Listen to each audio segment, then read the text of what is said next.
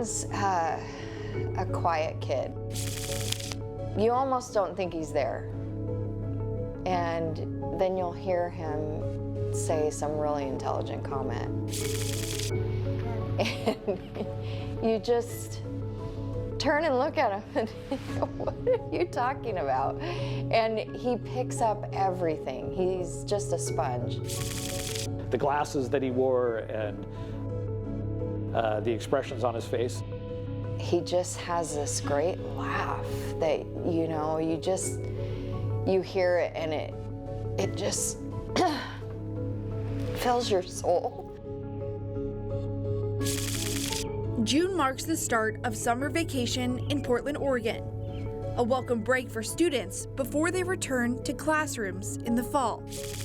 Kyron Horman would be 22 years old now, getting ready to graduate college or starting his career. But instead, he's frozen in time, forever 7 years old. This is the story of the day he went missing.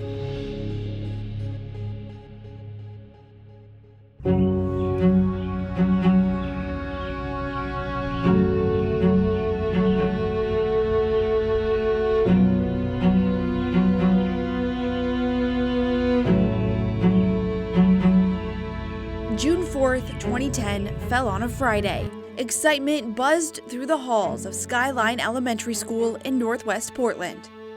It was Science Fair Day. Hundreds of people were expected to walk through the doors, including 7-year-old Kyron Horman, who was anxiously waiting to show off his tree frog exhibit. Kyron's dad, Kane, says it was a normal day for their family. Get up, work, him going to school in the morning, talked to him that morning before he had a project display at school that day with people coming to the school to come check out the kids' projects. So talked to him in the morning before I went into work. Kane says his wife, Terry, was taking Kyron to school that day. It's what happened between the science fair and when Kyron would normally get home from school that remains one of Oregon's biggest mysteries. Terry snapped this picture of Kyron in front of his project and says in this 2016 interview on Dr. Phil that she watched him walk toward his classroom. I stood at the top and watched him right about as he got to his door, his classroom door. The back, I saw, last thing I remember is the back of his head. According to Kyron's teacher, Miss Porter, he never made it to class. She was told he had a doctor's appointment and marked him absent. It didn't raise any red flags at that time because he was off to the doctor's appointment and presumably would be back for his coat and backpack. Rebecca Morris has spent years writing about missing persons. The Horman case is one she knows well. In 2020, a decade after his disappearance, she published her book, Boy Missing. Terry Horman says she left him at school and she and her young daughter left and went and did some errands. By all accounts, it was an ordinary day. Went down to go get him from the bus like we would normally do. But this time, Kyron wasn't there. And the bus came by and the bus driver opened the door and was like, yeah, he's not on the bus today. And I was like, why is he not on the bus? He was at school today.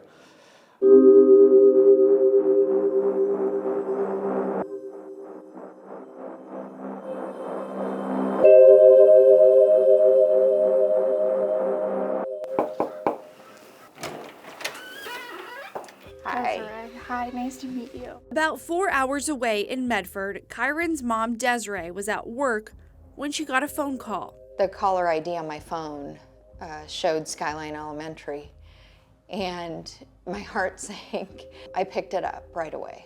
She said, "You are listed as the emergency notification for Kyron Horman." And yes, he's my son, you know, and I'm kind of feeling weird, like, why is she talking to me this way? And she said, I have to notify you he's missing. By that night, a massive search was underway. The Multnomah County Sheriff's Office calls it their largest search and rescue effort in history. focus, Skyline Elementary. Crews searched every part of the building. When that proved to be a dead end, they searched the nearby forest and even the Horman home. Investigators eventually asked anyone who was at the school that day to come back in for an interview. As you all know, this has been a very, very difficult time for the family of Kyron. A week after the disappearance, the sheriff's office held a news conference. It was one of the first times the public heard from Kyron's family. They appear to show a united front, but Desiree says she still reads into this moment. 15 years later, what do you think about that moment? That hug especially, because, you know, even though we were co-parents, we weren't close. Hugging was never a thing. Desiree also provided Katu News with never-before-seen emails between her and Terry from the days leading up to Kyron's disappearance. She calls the exchanges abnormal. In one email from Terry dated Wednesday, 2 days before Friday's science fair, she tells Desiree, "Finishing up his poster board tonight, and then I'll get a picture of that to put on Facebook as well, since we take it in tomorrow. He's pretty excited about it." It seems like an ordinary email, but it's one that points to a major question today. Why did Terry leave her bright red sports car at home on Friday and drive her husband's white truck to school? Was that abnormal, or was that a weird conversation? Not really. I mean, it was a bigger project, easier just to put it in the truck so it didn't get damaged in the car. The one thing I can't remember still is whether or not it was already at the school from the night before, because I think they had it at the school the day before as well, but that part I'm kind of fuzzy on. That detail, whether Kyron's project was already at school or taken Friday morning, remains unclear. In one of the final emails sent at 1:24 on the day of the science fair, Terry asks Desiree to check Facebook as soon as she can, seemingly referring to pictures of Kyron at the fair. Terry also writes, "We went around to other classrooms. He could see how far he had come in ability. Pretty packed at the school, lots of parents." They say 300 extra people at Skyline School that day, grandparents, siblings, parents, looking at the science exhibit, and there was no security. So it was really an opportunity for somebody to take a child. Morris says that puts Kyron's doctor's appointment under a microscope. Desiree says Kyron didn't have one at all, but Kane says if one was scheduled, it would not have been on the day of the science fair. Do you think whoever took Kyron that day planned for a day like this? Well, I would think that it would probably be hard to be a spontaneous event, given the knowledge about the situation at the school on that day. Prosecutor Norm Frink worked on the case. It just struck me that it wouldn't be something just the spur of the moment. Frink calls the investigation one of the most frustrating of his career. As time went on and progressed, what made the case so challenging to finally charge somebody? What made it challenging was the initial disappearance and the crime scene were extremely complicated and vast. That being a special day at the school, the number of people there that needed to be interviewed was just a tremendous challenge, and to determine everybody who'd actually been there. Witness statements from Kyron's classmates, their parents, and even a bus driver say they saw Terry and Kyron leaving the school together. What do you make of the witness statements who say, "I saw Terry and Kyron leave"? Well, I think it's huge because it narrows that missing timeline, right? We also took this question to Frink. He says the witness statements weren't as damning as you'd think. My recollection is that we didn't have any credible witness that was sure about that. We had people who maybe thought, but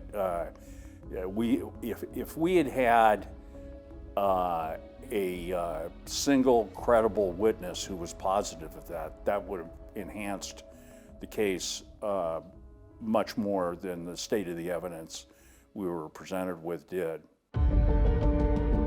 Without solid evidence, investigators narrowed in on Terry and the inconsistencies in her story, even contacting her closest friend. The hope was that she would produce information as to what happened to him and produce information that would result in a prosecutable case against someone.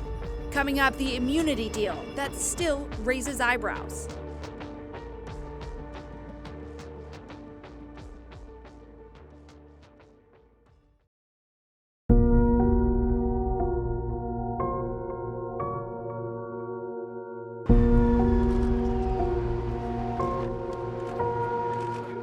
By the end of June, less than 1 month after Kyron disappeared, investigators had zeroed in on Terry Horman. Hi, Terry. I'm Dan Tilkin with Channel 2 News. Do you know where Kyron is? But getting answers they hoped for proved to be a challenge. She retained a high-profile defense attorney fairly soon into the investigation, and that inhibited some of the things law enforcement might have liked to have done. Investigators say Terry failed 2 polygraph tests and walked out on a 3rd.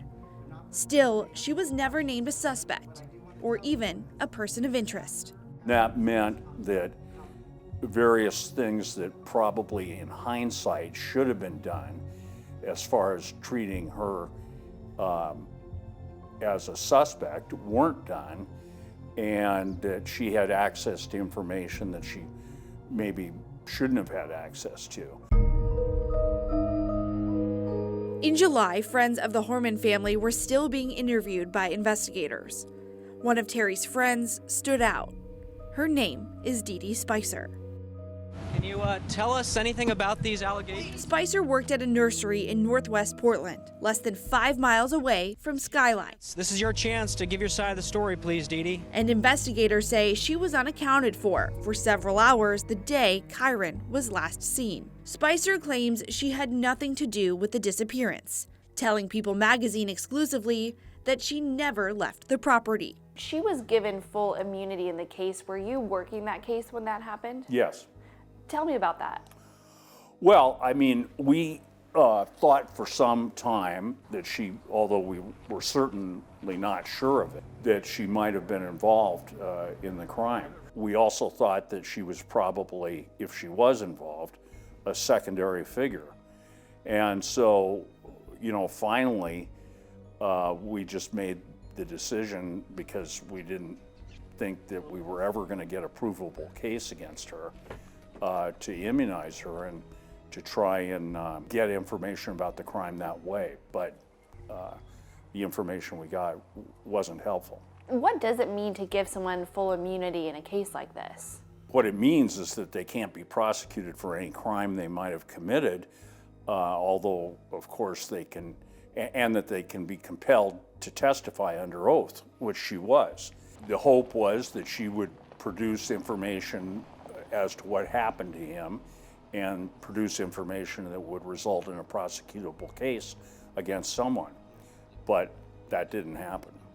Investigators were seemingly back to square one as the weeks turned into months and even years. Investigators would often turn up near Sauvie Island, about a 6-mile drive from Skyline Elementary. Residents who lived in nearby houseboats say they recalled cadaver dogs searching the dock there. The Multnomah County Sheriff's Office has never explained why search crews have focused on that area, but did confirm the last search in the investigation happened just last year on April 24th. Officials wouldn't say where they searched, citing the ongoing criminal investigation. Investigators have never shared if any evidence has been found. Well, I think it was really in cold case, status. I mean, we needed some event, the finding of evidence, the making of statements by individuals that we thought might have knowledge. It needed something like that to move the case forward. There had been a couple times after the initial investigation where things had come up, but when I left, it would have taken something like that to move things forward. You say cold case, and it's interesting because the Multnomah County Sheriff's Office has it listed as an active investigation. Well, I mean, I think those are all terms. I haven't talked to them.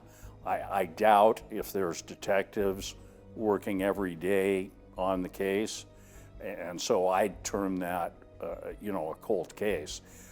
They may say active in the sense that they're certainly open to pursuing things, and that they're not just,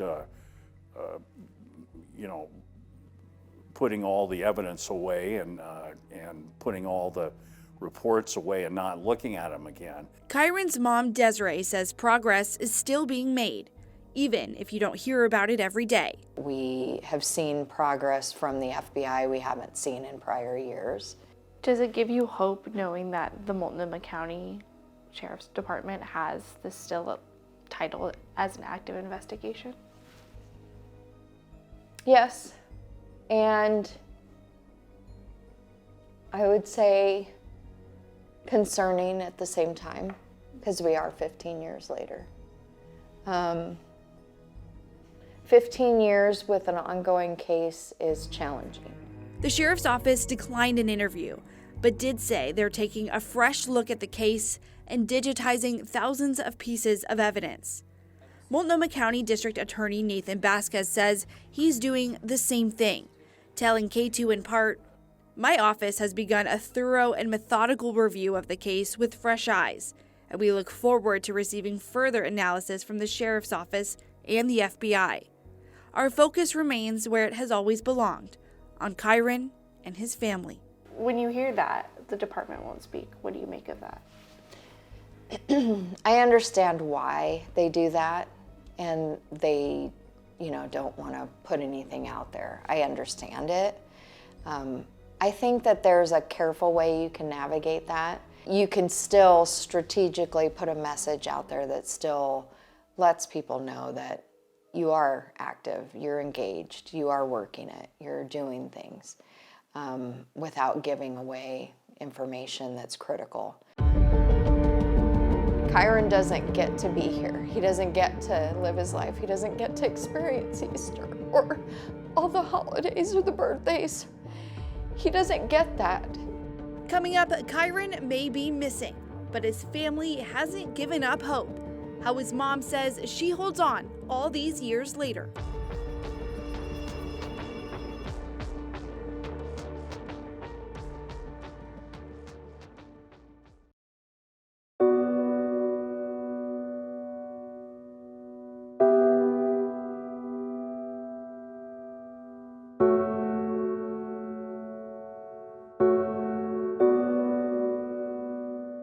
"15 years later, Desiree's home is full of Kyron.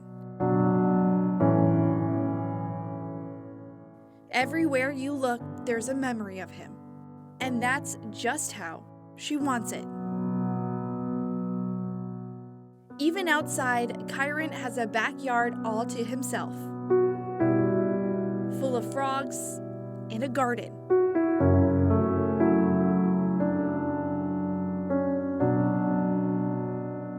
How do you stay so strong year after year and hold out hope?